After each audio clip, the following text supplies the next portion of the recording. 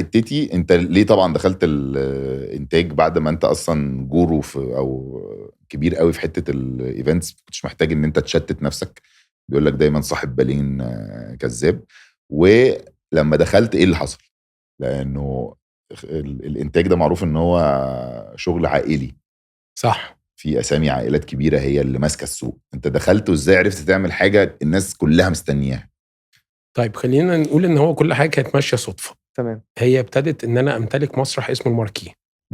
جالي صديق عزيز علاء معتز ولي الدين، اخو الله يرحمه علاء ولي الدين، قال لي استاذ ايمن بهجت قمر بيعمل مسرحيه، فهيجي يعمل الريهرسلز عندك في المسرح حلو. قبل ما يسافر. قلت له يلا بينا.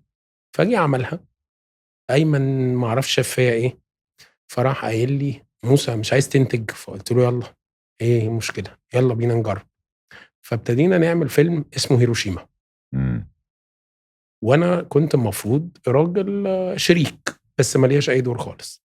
المهم بعد الموضوع ده باسبوع بالظبط رحت جايب معتز، قلت له بقول لك يا معتز، هو احنا الفيلم اللي احنا ايمن نفسه يعمله دوت بيساوي مثلا ايه تشامبيونز ليج؟ قال لي قلت له طب انا عايز اعمل كاس عالم، نعمل ازاي؟ قال لي علينا وعلى الوحيد اللي كل الناس مستنياه ينزل مصر دلوقتي، محمد دياب. تعال نكلم محمد نشوف الموضوع ممكن يبتدي ازاي. كلمنا محمد دياب في امريكا. محمد ايه الاخبار، عامل ايه، بتعمل ايه؟ كان هو لسه مخلص مون نايت مع مارفل. كلمناه، ما قال لي انا عندي فيلم كاتبه من سنه 2019 بس ما ينفعش حد يعمله غير واحد بس، محمد رمضان كبطوله يعني. كبطوله. الفيلم ده انا متكلم فيه مع محمد من 2019، وطلع ان في فيديوز طالعه ان محمد رمضان بيتكلم عن الفيلم من سنه 2019، بس الفيلم ده عمره ما شاف النور للاسف. فكتحمس وجهل وقله خبره وكل حاجه حلوه وحظ وصدف، قلت له طب احنا عايزين نعمل الفيلم ده. افهم ايه في الموضوع؟ ما افهمش اي حاجه خالص. وابتدت الحكايه من هنا، وتعلمت. احنا الفيلم ده اتعمل في حوالي 18 شهر. قعدت اتعلم ال 18 شهر ده يعني ايه صناعه، كل يوم علم جديد. اكتشفت بقى ان انا ممكن استفيد من الصناعه ديت في الشغل بتاعي، لان انتوا طلعتوا في الاندستري ديت او في الصناعه دي منظمين اكتر مننا كمان شويه زياده. جيش شغال كل يوم، كل واحد عارف هو بيعمل ايه ودوره ايه. عشان الايفنت هو حاجه يوم واحد وخلاص، الموضوع مختلف. التاني انا شفت في ايام بيبقى عندنا اكتر من 2000 واحد في اللوكيشن، بس هو كل واحد بيتحرك بدراسه، هو مش بيتحرك كده، هو ده عارف ايه وده عارف ايه وبيعمل ايه وماسك ايه.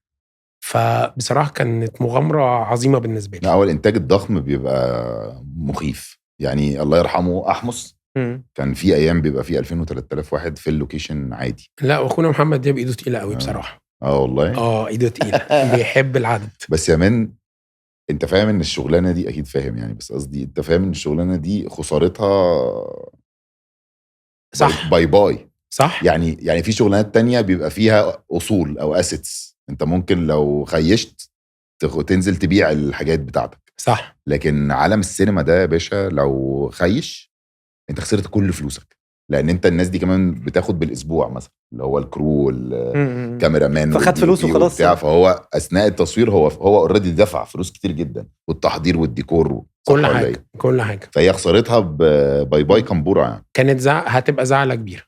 بس يعني اللي هيطلع ان شاء الله يخلينا نطمن شويه، وبعد كده كله بايد ربنا بقى. طب و18 شهر ده انت عارف برضو انه كتير جدا عادة طبعا على فيلم يعني. طبعا، بس كان في ظروف كتيرة قوي حصلت. يعني محمد رمضان كان جاله البرنامج بتاعه اللي كان بيعمله في رمضان اللي فات، احتاجنا نوقف قبلها ب3 أسابيع. بعدها بتقريبا بشهر هو فضل برضو كان عنده ارتباطات، ففي مثلا ب3 شهور ممكن نقف تصوير خالص. طبعا بيبقى في لوكيشن وبيبقى في حاجات وفي كده، بس يعني بس مين بيتحمل حاجة زي كده؟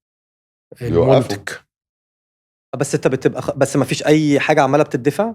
لا بيبقى فيه، لو في مثلا لوكيشن موجود وثابت والديكور فيه، لانه ممكن يتاخد بعد كده يتأجر، فما ينفعش تفك. لان احنا الديكورات عندنا كانت كبيره شويتين 3 بصراحه. وكان معانا يعني احنا كان معانا كمان فريق العمل هو اللي خلى الموضوع شكله قوي قوي في كل حاجه، سواء ريما العدل، سواء احمد فايز، سواء شيكو طبعا، بشاري في التصوير، كل واحد فيهم موضوع يعني.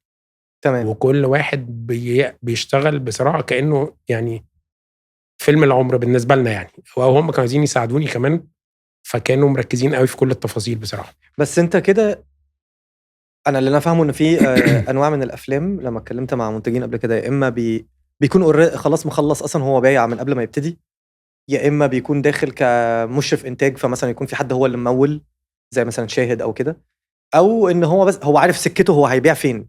انت موقفك كان فين؟ احنا كان موقفنا الاول مش مفهوم، لان انا ما كنتش فاهم انا المفروض اعمل ايه كخطوات، لحد ما قعدنا مع معتز. بعدين معتز دلنا بقى على الطريق واحده واحده، قعدنا مع الموزع بتاعنا وبقى وشريكي اسمه عماد، وبعد كده قدرنا نبيع حقوق الفيلم الديجيتال وكل الحاجات ديت، وقلنا السينمات هناخد حظنا بقى فيها. فابتدينا نتعاقد مع شركات التوزيع، وابتدت الموضوع يمشي واحده واحده يعني.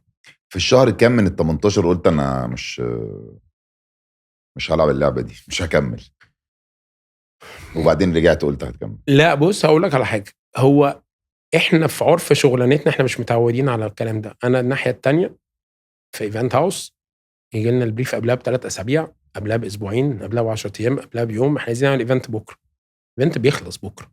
خلاص خلص. فجت فترات ايه ده، هو ازاي الموضوع بياخد وقت كده؟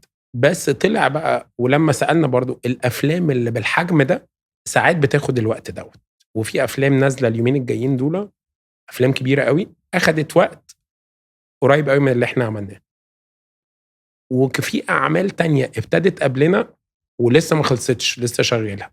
بس احنا كانت النيه بصراحه والتشالنج، وانا بحب التشالنج شويه، بس برضو مش بقول هو مش بعند، هو بتوفيق بس بتاع ربنا، عشان بس من الناس ما افتكرش ان هي بالعافيه وبالدراع وكده. ربنا بصراحه هو مشالنا كل حاجه في احسن شكل ممكن.